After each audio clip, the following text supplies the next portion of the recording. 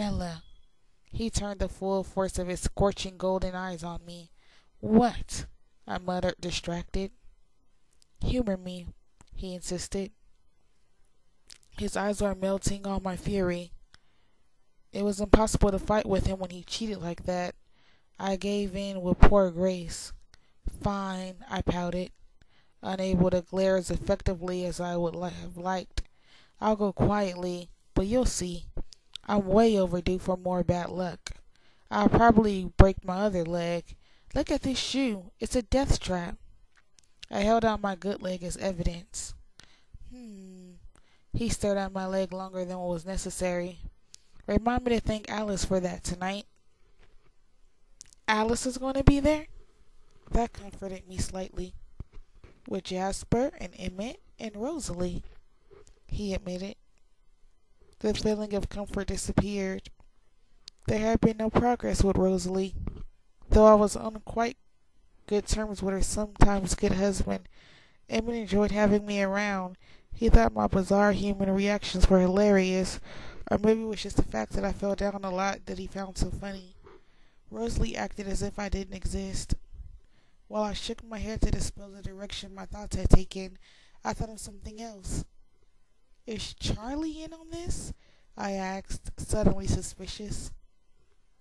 Of course, he grinned and then chuckled. Apparently Tyler wasn't, though. I gritted my teeth. How Tyler could be so delusional, I couldn't imagine. At school where Charlie couldn't interfere, Edward and I were inseparable, except for those rare sunny days. We were at the school now. Rosalie's red convertible was conspicuous in the parking lot. The clouds were thin today, a few streaks of sunlight escaping through far away in the west. He got out and walked around the car to open my door. He held out his hand. I sat stubbornly in my seat, arms folded, feeling a secret tinge of smugness. The lot was crowded with people in formal dress, witnesses. He couldn't remove me forcefully from the car as he might have if we'd been alone. He sighed. When someone wants to kill you, you're brave as a lion. And then when someone's bitch is dancing, he shook his head. I gulped. Dancing. Bella, I won't let anything hurt you. Not even yourself. I won't let go of you once, I promise. I thought about that and suddenly felt much better. He could see that in my face. There now, he said gently. It won't be so bad. He leaned down and wrapped one arm around my waist. I took his other hand and let him lift me from the car. He kept his arm tightly around me, supporting me as I limped toward the school. In Phoenix, they held proms in hotel ballrooms. This dance was in the gym, of course. It was probably the only room in town big enough for a dance. When we got inside, I giggled. There were actual balloon arches and twisted garlands of pastel crepe paper festooning the walls. This looks like a horror movie waiting to happen, I snickered. Well, he muttered as we slowly approached the ticket table. He was carrying most of my weight, but I still had to shuffle and wobble my feet for it. There are more than enough vampires present. I looked at the dance floor. A wide gap had formed in the center of the floor, where two couples rolled gracefully. The other dancers pressed to the sides of the room to give them space. No one wanted to stand in contrast with such radiance. Emmett and Jasper was intimidatingly flawless in classic tuxedos. Alice was striking in a black satin dress with geometric cardinals that bared white, large triangles of her snowy white skin. And Rosalie was, well, Rosalie. She was beyond relief.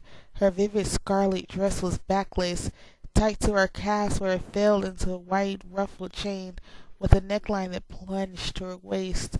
I pitied every girl in the room, myself included. Do you want me to bolt the door so you can massacre the unsuspecting folks? I whispered conspiratorially.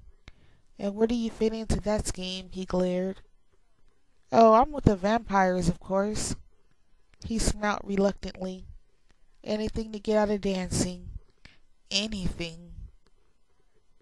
He bought our tickets and then turned me toward the dance floor.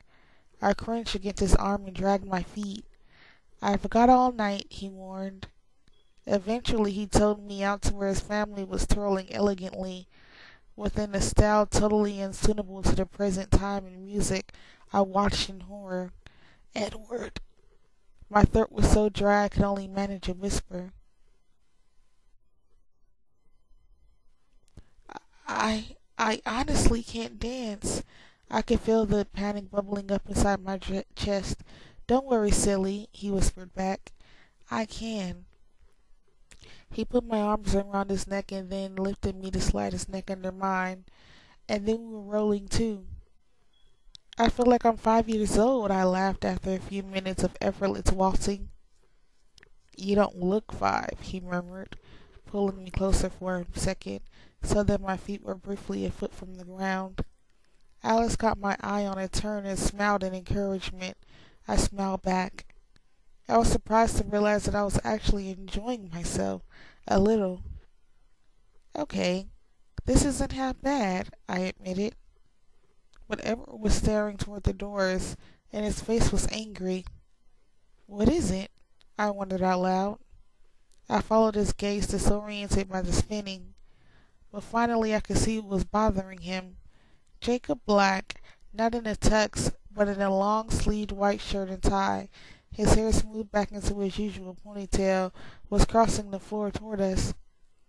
After the first shock of recognition, I couldn't help but feel bad for Jacob.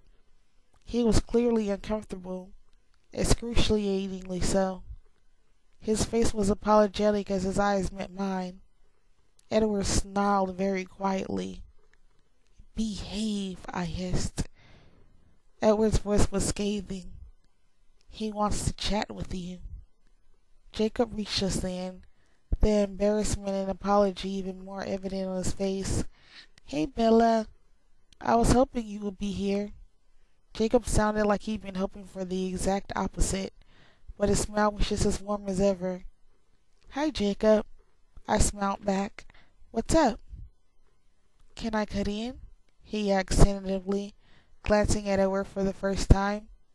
I was shocked to notice that Jacob didn't have to look up. He must have grown half a foot since the first time I seen him. Edward's face was composed, his expression blank. His only answer was to set me carefully on my feet and take a step back. Thanks, Jacob said amiably. Edward just nodded, looking at me intently before he turned to walk away.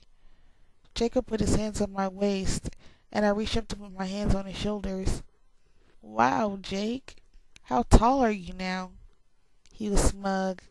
6'2". We weren't really dancing. My leg made that impossible. Instead, we swayed awkwardly from side to side without moving our feet. It was just as well. The wreath and growth spurt had left them looking gangly and uncoordinated. He was probably no better a dancer than I was. So how did you end up here tonight? I asked without true curiosity. Considering Edward's reaction, I could guess. Can you believe my dad paid me $20 to come to your prom? He admitted, slightly ashamed. Yes, I can, I muttered. Well, I hope you're enjoying yourself at least. Seeing anything you like? I teased,